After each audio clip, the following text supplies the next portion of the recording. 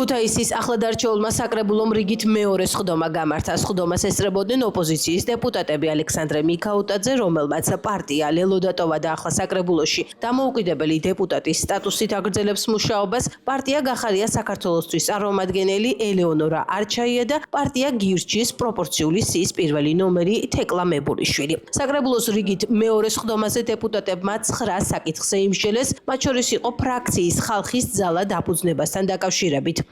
ფრაქცია საკრებულოში მიხეილ გიორგაძემ, მამუკა სინაურიძემ და აკაკი გიორგაძემ შექმნეს. მათ ქართული ოცნების რიგები დატოვეს. საკითხს გამოეხმაურა ალექსანდრე მიქაუტაძე, მისი თქმით, ქართული ოცნების პარტიიდან საკრებულოში შესული დეპუტატების მხრიდან ცალკე ფრაქციის შექმნა უსაფუძვლოა და არამომგებიანი საბიუჯეტო სახსრების ხარჯვის კუთხით.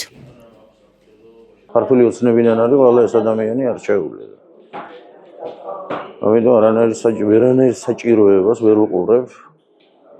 ერთის მხრივ, ერთი პარტიის მხრიდან არჩეული დეპუტატებიდან შეიქმნას დამატებითი ფრაქცია, აღარაფერს ვამბობ ხარჯებზე, რომელიც ადგილობრივმა თვითმმართველობა უნდა გაიღოს ანაზღაურებისა და სხვა საჭიროებებისათვის. ეს არის რიგი მოსაზრებები, რომელშიც ჩვენ არ ვეთანხმებით ქართულ ოცნებას და ამის გამო გადავწყვიტეთ პარტია ხალხის ძალაში გადასვლა. რა თქმა უნდა, ამაში ცოტა მოგვიანებით ვახსენებ, ყველაფერს ჩამოვყალიბდები კიდევ ერთხელ და ამ ეტაპისთვის სხვა კომენტარისგან თავშევი.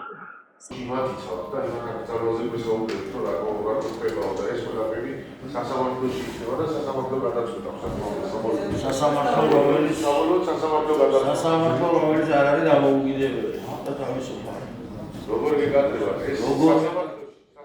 სხდომაზე ასევე ყურადღება გამახვილდა ოპოზიციური პარტიების აკრძალვის ინიციატივაზე ქართული ოცნების მხრიდან. როგორ რეჟიმი იყო ის სისხლიანი რეჟიმი და შესაბამისად ზუსტად სწორად ხდება მათ მიმართ აკრძალვა, იმიტომ რომ ესეთი რეჟიმები საქართველოში არ უნდა დაბრუნდეს. ყველას გვახსოვს ის ტერორი, მათი მოქმედებები ახალგაზრდების ქუჩაში დახვრეტა და ასე შემდეგ. ამიტომ ცოტა მძიმეა მათი მეხოთბეებისთვის ახლა წარსულის გახსენება სამწუხაროდ, მაგრამ ამ წარსულს ვერავინ ვერ გაექცია. მადლობთ.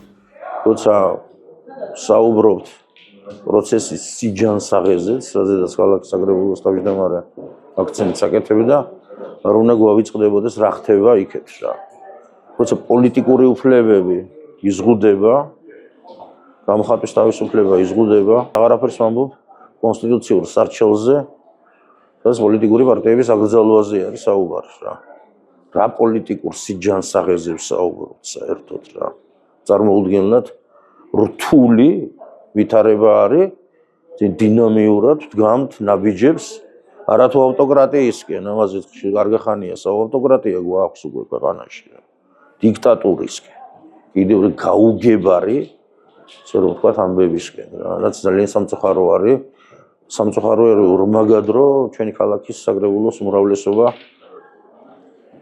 არათუ მხარს უჭერს, ასე რომ ვთქვათ, ასეთ პროცესებს ქვეყანაში განვითარება მოვლენებს სრულად არის ფერხულში, თუ შეიძლება ასე ითქვას, ჩაბმული.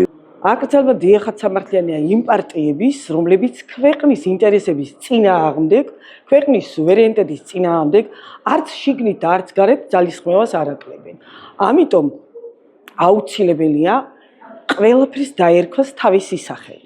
ისინი არიან უსამშობლოები, იყვნენ როცა იყვნენ ხელისუფლებაში მაშინ, აკეთებდნენ ქვეყნის საწინააღმდეგო ძალიან ბევრ მოქმედებებს, დააკარგეს ტერიტორიები, აწამეს ხალხი, დაატერორეს და მაგალითად ბატონ ალექსანდრე მიქაუტაძეს პირდაპირ ვეტყოდი, რომ ის არის ხანდაზმული თაღლითების პარტიის წარმომადგენელი და ამიტომ აი ასეთი პარტიებიდან ჩვენ რეპლიკებს ნამდვილად ვერ მივიღებთ.